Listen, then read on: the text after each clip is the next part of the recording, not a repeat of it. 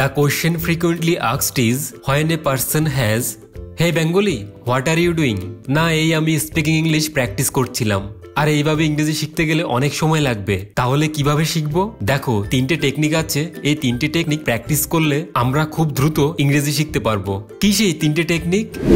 হেই, আজকে আমরা English speaking গ্রোথের জন্য তিনটে পদ্ধতি শিখব। আর এই তিনটি পদ্ধতি হচ্ছে লিসেনিং, রিপিট, জাগল। এবং এই তিনটে পদ্ধতি যদি আমরা ভালোভাবে প্র্যাকটিস করতে পারি তাহলে আমাদের ইংলিশ স্পিকিং এর গ্রোথ অনেকটা বেড়ে যাবে। তাহলে চলো এই তিনটি পদ্ধতি একবার ভালোভাবে দেখা যাক। Number 1, listening. This is the most important. Learn speaking by listening. অনেকে কেন, আমিও একটা সময় বই দেখে দেখে ইংরেজি ওয়ার্ড লাউডলি পড়তাম। কিন্তু তোমরা কি জানো ইংলিশ স্পিকিং এর জন্য এটা একটা ভুল পদ্ধতি। তাহলে আমরা এটা কেন করতাম? আমরা এটা করতাম তার কারণ আমাদের কোনো সিনিয়র বা কোনো টিচার আমাদেরকে ইংলিশ স্পিকিং গ্রোথের জন্য এইভাবে প্র্যাকটিস করতে বলতো। তুমি এখনো হয়তো শুনে দেখবে অনেকে ইংলিশ স্পিকিং এর পাওয়ার বাড়ানোর জন্য ইংলিশ নিউজ পেপার লাউডলি পড়তে বলে। কিন্তু এটা একদমই ঠিক না। ইংলিশ স্পিকিং এর পাওয়ার বাড়ানোর জন্য আমাদেরকে ইংরেজি ওয়ার্ড বেশি করে শুনতে হবে। তুমি আরেকটা জিনিস লক্ষ্য করে দেখবে, কোনো বাচ্চা, মেয়ে বা ছেলে কিন্তু ছোটবেলা থেকে বড়দের কথা শুনে শুনে কথা বলতে শেখে।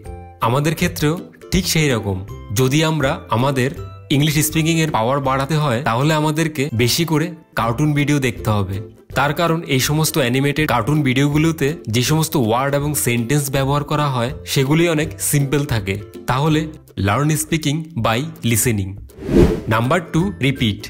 যখন তুমি কোনো কিছু ইংরেজিতে শুনবে বা দেখবে তখন যদি কোনো ওয়ার্ড বা সেন্টেন্স যদি কঠিন মনে হয় তাহলে সেই ভিডিওটি বা অডিওটি সেখানে পজ করে সেই সেন্টেন্সটি বা ওয়ার্ডটি বারবার রিপিট করতে থাকবে। যেমন ধরো, তুমি শুনলে হি ইজ স্ট্রাগলিং এভরিডে, সঙ্গে সঙ্গে ভিডিও বা অডিওটি সেখানে পজ করে রিপিট করতে থাকলে he is struggling everyday, he is struggling everyday. ও নাম্বার 3, জাগল। জাগল মানে বিভিন্ন ওয়ার্ড চেঞ্জেস করা। যেমন একটু আগে আমি বললাম হি ইজ স্ট্রাগলিং এভরিডে, এই সেন্টেন্সে ওয়ার্ড চেঞ্জ করে বলতে পারি he is struggling every week, he is struggling every month. আমরা টেন্স চেঞ্জ করেও বলতে পারি, যেমন he was struggling everyday, he struggled every day. তাহলে লিসেনিং, রিপিট, জাগল, এই তিনটি পদ্ধতি ব্যবহার করে আমরা আমাদের স্পিকিং পাওয়ার বাড়াতে পারি। So that's it guys, today's video. See you in the next week. Till then, good by.